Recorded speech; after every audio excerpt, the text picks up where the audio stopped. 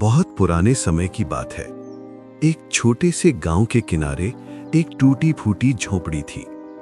उस झोपड़ी में रहती थी एक लड़की जिसका नाम था आर्या। लेकिन आर्या बाकी बच्चों जैसी नहीं थी। वो जन्म से ही अंधी थी। उसने कभी इस दुनिया को देखा ही नहीं था। न सूरज की रोशनी, न आसमान का रंग, न अपने ही चेहरे को। लेकिन फिर भी उसके चेहरे पर हमेशा एक मासूम सी मुस्कान रहती थी। गांव के लोग उसे देखकर अक्सर कहते, बेचारी, भगवान ने आंखें नहीं दी।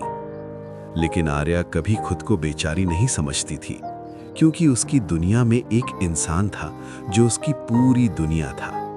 उसका छोटा भाई चिराग ही उसकी आंखें था। हर सुबह वो आर्या का हाथ पकड़कर उसे बाहर ले जाता और कहता, दीदी, आज आसमान बिल्कुल नीला है और सूरज बहुत चमक रहा है। आर्या मुस्कुरा देती, जैसे उसने सच में सब देख लिया हो। वो पूछती, चिराग, मैं कैसी दिखती हूँ? चिराग हंसकर कहता, दीदी, आप सबसे सुंदर हो, परी जैसी। आर्या खुश हो जाती, क्योंकि उसके लिए वही सच था जो चिराग कहता था।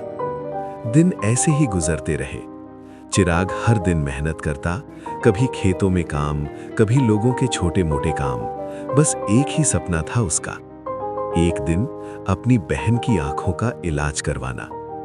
लेकिन गरीबी इतनी थी कि 2 वक्त की रोटी जुटाना ही मुश्किल था। एक दिन गांव में एक डॉक्टर आया।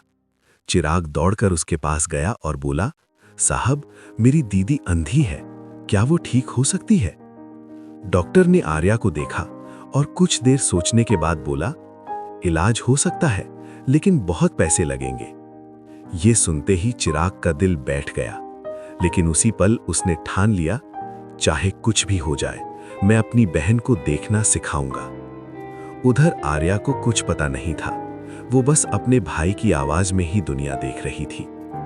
रात को जब दोनों सो रहे थे, चिराग छत की तरफ देख रहा था। उसकी आंखों में आंसू थे और दिल में एक वादा, दीदी, मैं आपको जरूर इस दुनिया को दिखाऊंगा। लेकिन चिराग को यह नहीं पता था कि अपनी बहन को रोशनी देने के लिए उसे अपनी जिंदगी का सबसे बड़ा बलिदान देना पड़ेगा। आगे क्या होगा? क्या आर्या कभी देख पाएगी? अगली सुबह चिराग बिना कुछ कहे बहुत जल्दी घर से निकल गया। आर्या ने आवाज लगाई, चिराग, आज इतनी जल्दी कहां जा रहे हो? चिराग मुस्कुराकर बोला, बस दीदी, आपके लिए एक सरप्राइज लाना है। आर्या मुस्कुरा दी। उसे क्या पता था कि उसका भाई किस रास्ते पर निकल चुका है। उस दिन के बाद चिराग ने अपनी जिंदगी बदल दी। अब वो दिन रात काम करने लगा, कभी खेतों में, कभी ईंट ढोने में, कभी शहर जाकर मजदूरी करने लगा। उसके हाथों में छाले पड़ गए, पैरों में दर्द रहने लगा, लेकिन हर दर्द के पीछे बस एक ही सपना था, मेरी दीदी दुनिया देख पाए। उधर आर्या हर शाम दरवाजे पर बैठकर उसका इंतजार करती। जैसे ही चिराग आता, वो पूछती, आज आसमान कैसा था? चिराग थकान छुपाकर कहता, दीदी, आज आसमान में बहुत सारे तारे थे, बिल्कुल आपकी तरह चमकते हुए। आर्या हंस पड़ती और चिराग का सारा दर्द भूल जाता। धीरे धीरे चिराग ने थोड़े थोड़े पैसे जोड़ना शुरू कर दिया, लेकिन इलाज के लिए जितने पैसे चाहिए थे वो अभी भी बहुत कम थे। एक रात चिराग अकेला बैठा था। उसके हाथ में वो छोटे छोटे सिक्के थे जो उसने महीनों में इकट्ठा किए थे। उसकी आंखों से आंसू बहने लगे। इतना कम, मैं कैसे अपनी दीदी को ठीक करूं? तभी अचानक उसे डॉक्टर की बात याद आई। अगर कोई डोनर मिल जाए तो ऑपरेशन आसान हो सकता है। चिराग कुछ पल के लिए चुप हो गया। उसने धीरे धीरे अपनी आंखों को छुआ और उसके चेहरे पर एक अजीब सी मुस्कान आ गई। अगर मेरी आंखों से दीदी देख पाए।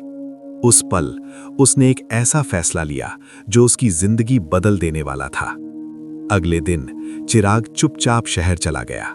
वो डॉक्टर के पास पहुंचा और धीरे से बोला, डॉक्टर साहब, अगर मैं अपनी आंखें दे दूं तो क्या मेरी दीदी देख पाएगी? डॉक्टर चौंक गया। उसने कहा, तुम समझते हो इसका मतलब क्या है? चिराग मुस्कुराया, हाँ, लेकिन मेरी दीदी की खुशी से बड़ा कुछ नहीं। उधर आर्या अब भी घर पर बैठी थी। उसे बस इतना पता था उसका भाई कहीं गया है, लेकिन उसे ये नहीं पता था कि उसका भाई उसकी रोशनी बनने जा रहा है। क्या सच में चिराग अपनी आंखें दे देगा? क्या आर्या को कभी सच पता चलेगा? आगे क्या होगा? 3 साल बीत चुके थे। अब आर्या 21 साल की हो चुकी थी और चिराग भी अब 18 साल का जवान लड़का बन चुका था। लेकिन इन 3 सालों में एक चीज नहीं बदली थी, चिराग का सपना, अपनी दीदी को दुनिया दिखाने का। इन सालों में चिराग ने दिन रात मेहनत की। उसके हाथ अब पहले से ज्यादा सख्त हो चुके थे। चेहरे पर मासूमियत की जगह जिम्मेदारी आ गई थी।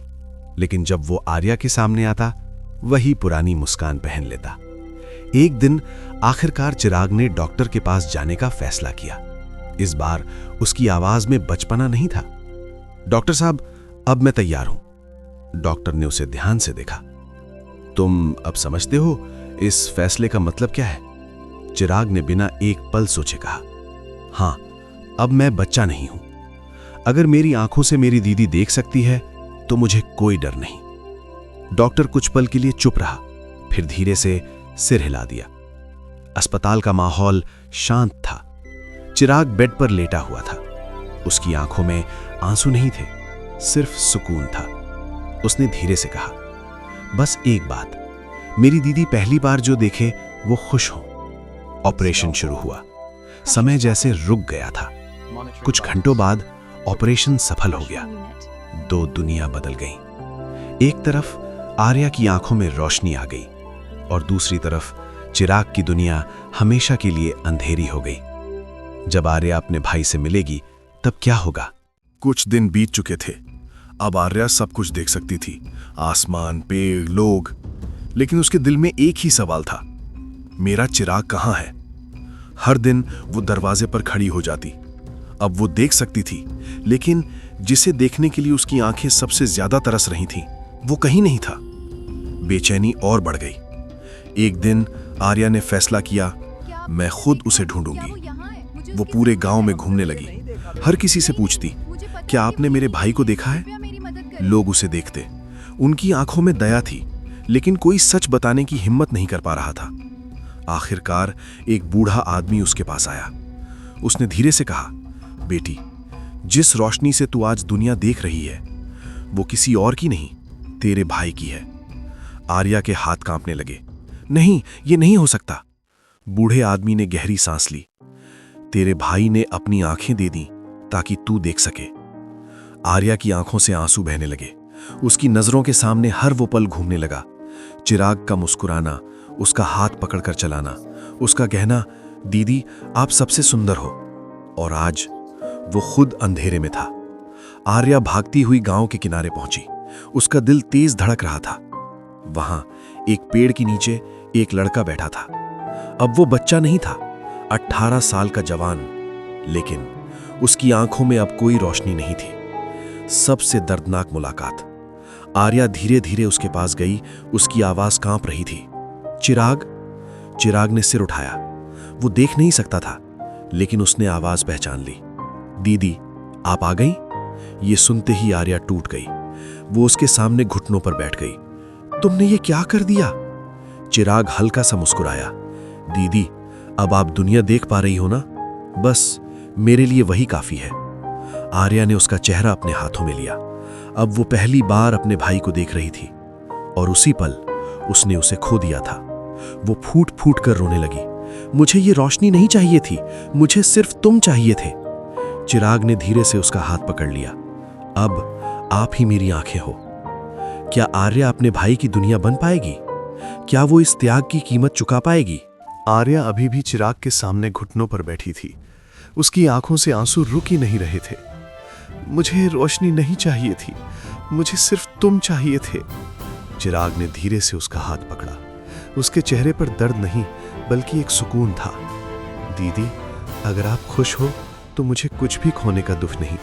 उस दिन आर्या ने अपने आंसू पोंछे और मन ही मन एक वादा किया, अब मैं कभी तुम्हें अकेला नहीं छोड़ूंगी। अब मैं तुम्हारी आंखें बनूंगी। अब हर सुबह आर्या चिराग का हाथ पकड़कर उसे बाहर ले जाती।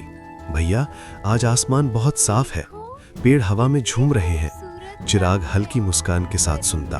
अब वही दुनिया जो वो पहले आर्या को दिखाता था, आज आर्या उसे दिखा रही थी। दिल का दर्द अभी भी जिंदा था, लेकिन हर रात जब चिराग सो जाता, आर्या चुपचाप बैठकर रोती। जिसने मुझे सब कुछ दिया, मैं उसे कुछ भी वापस नहीं दे पाई। धीरे धीरे दोनों ने अपनी जिंदगी को फिर से संभाल लिया। गरीबी अब भी थी, लेकिन अब वो अकेले नहीं थे। एक दिन आर्या ने चिराग का हाथ पकड़कर कहा, भैया, आपने मुझे दुनिया दिखाई, अब मैं आपकी पूरी दुनिया बनूंगी। दिल टूट गया। चिराग मुस्कुराया, दीदी, आप ही मेरी दुनिया हो। दुख। सूरज धीरे धीरे ढल रहा था। दोनों एक साथ बैठे थे।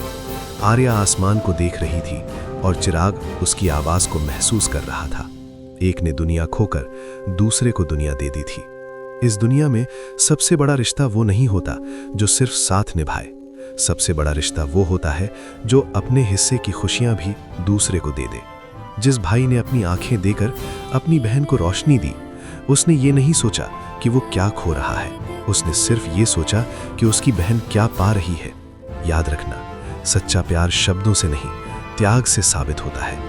अगर आपकी जिंदगी में भी कोई ऐसा इंसान है जो बिना मतलब आपसे प्यार करता है, तो आज ही उसे गले लगाओ, क्योंकि कहीं ऐसा ना हो कि एक दिन सिर्फ पछतावा ही रह जाए। कुछ रिश्ते आंखों से नहीं, दिल से देखे जाते हैं। दुख।